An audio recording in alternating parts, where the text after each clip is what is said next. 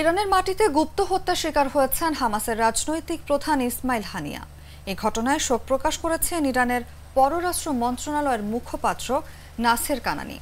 তিনি হানিয়াকে একজন গর্বিত যোদ্ধা হিসেবে উল্লেখ করেছেন।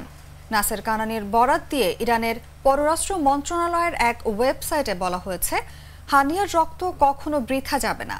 তিনি জানিয়েছেন, ইরান এই হত্যাকাণ্ডের তদন্ত করছে।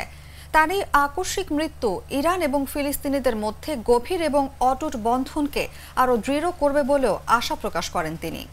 এদিকে হামাসের এক শীর্ষ কর্মকর্তা বলেন, হামাস একটি ধারণার নাম, হামাস একটি আদর্শ।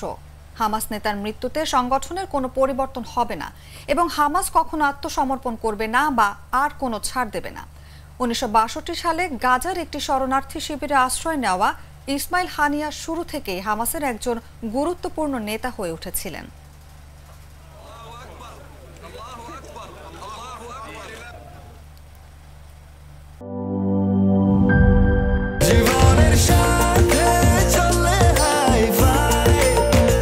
স্বাস্থ্যকর অল টাইম ফ্যামিলি কেক, সব সময় অল টাইম হেলদি লাইফ।